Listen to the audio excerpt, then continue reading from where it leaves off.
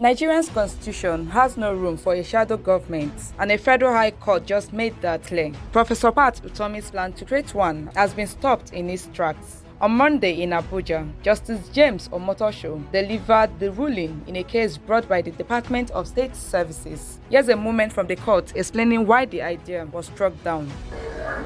The court, in line with what we canvassed before it, has declared that there is no provision whatsoever for the formation of a shadow government or shadow cabinet.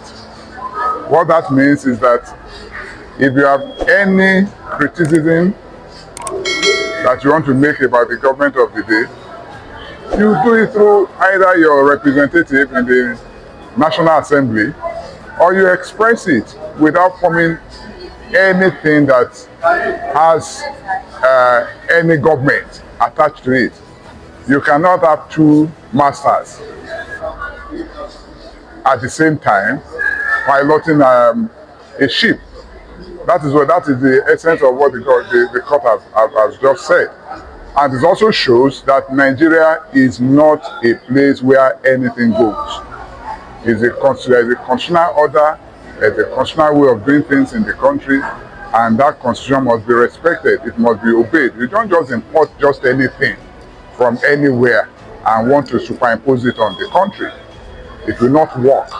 This is not a country that is lawless. It is not. The fact that the government, with respect, is accommodating does not mean that you can just trample upon the rights of every other Nigerian or the authority of the government. That is, in summary, what the court have just said.